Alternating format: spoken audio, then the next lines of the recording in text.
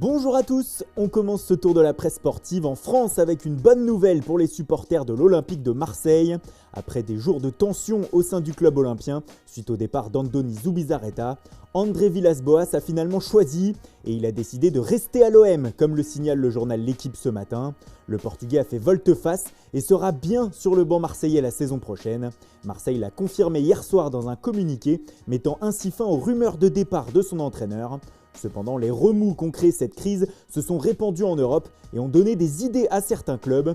Selon Estadio Deportivo, la paralysie actuelle à l'OM pourrait profiter au Séville FC. Le club andalou est un fan de longue date de deux joueurs olympiens, Bounassar et Maxime Lopez, et il compte bien profiter cet été des besoins d'argent de Marseille pour lui shipper un ou deux joueurs.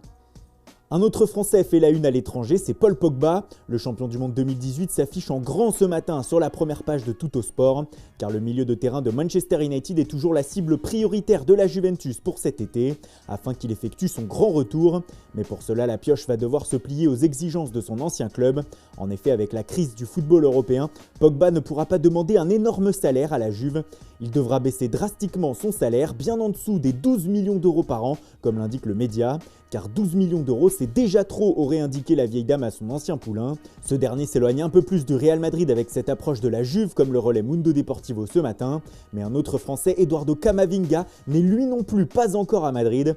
Selon le média, Rennes réclamerait pas moins de 75 millions d'euros au merengue afin de s'attacher ses services. Une fortune qui devrait faire réfléchir.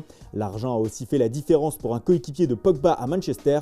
Il s'agit d'Odion Ighalo. L'attaquant ne devrait pas rester à Old Trafford, comme l'indique The Times. En effet, son club du Shanghai Shenhua, qu'il a prêté à MU cet hiver, va le rapatrier et lui proposer un salaire de 83 millions d'euros sur 4 ans. De quoi faire tourner la tête. Gros sous encore à la une du Kölner Stadt-Anzeiger, un quotidien allemand. Le média basé à Cologne s'intéresse ce matin au nouveau phénomène de la Bundesliga, Kai Havertz. Le milieu offensif du Bayer Leverkusen éclabousse le championnat de son talent depuis le début de saison et forcément il attire les regards des plus grands clubs européens sur lui. Mais selon le journal, Leverkusen ne se laissera pas faire et réclamera, crise ou pas en Europe, pas moins de 100 millions d'euros pour le lâcher. De quoi refroidir certaines ardeurs. En attendant, la Bundesliga se poursuit ce soir sur le terrain avec le choc Borussia Dortmund-Bayern Munich, un classiqueur qui s'affiche en une de As ce matin, qui évoque aussi le duel à partir de 18h30 entre Erling Haaland et Robert Lewandowski, les deux buteurs des deux clubs, un duel pour le titre dont on salive d'avance. En Angleterre, l'heure n'est pas encore à la présentation des matchs, mais on s'y rapproche tout doucement. Selon plusieurs tabloïds ce matin, dont ici le Daily Mirror, ça y est, les joueurs de la Premier League sont enfin prêts à accepter le plan de reprise nommé Restart Project. Les joueurs des clubs de Watford, Brighton ou encore West Ham ont été convaincus par les mesures mises en place et devraient bien signer le protocole d'accord. Celui-ci devrait mener tout ce petit monde à un retour des matchs le 19 juin prochain. Ceci fait bien sûr la une également du Daily Express qui indique que Pep Guardiola a lui aussi donné son feu vert à cet accord. Tout le monde tire donc dans le même sens pour le plus grand bonheur de l'Angleterre. Les risques cependant après cette longue période sans match, ce sont bien sûr les blessures. Et un joueur en aurait fait l'amère expérience hier à l'entraînement, c'est Zlatan Ibrahimovic. L'attaquant de l'AC Milan se serait rompu le tendon d'Achille selon plusieurs médias italiens. Mais tout ceci reste à confirmer avec une batterie d'examens. Cela n'empêche pas pourtant la Gazzetta dello Sport de s'inquiéter pour le Suédois ce matin. Aïe aïe Ibra, écrit le média qui parle d'une probable fin de saison pour l'ancien parisien. Et peut-être même pire si une telle blessure se confirmait à 38 ans.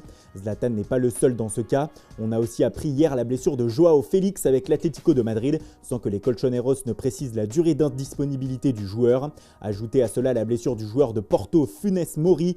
Ojogo estime que les blessures assombrissent la reprise désormais. D'ailleurs, cela inquiète beaucoup le FC Barcelone selon les Sportiu. En effet, le média catalan explique que Quique Sétienne notamment s'inquiète de la cadence infernale qui va être imposée à ses joueurs à partir du 12 juin. Avec une colonne vertébrale de son équipe souvent à 30 ans ou plus, un problème de gestion de l'effectif va être à gérer pour lui. Et on reste à Barcelone pour terminer justement avec la star du club Lionel Messi. L'Argentin, comme le présente Mundo Deportivo, n'est plus très loin de marquer encore un peu plus de son empreinte l'histoire du foot.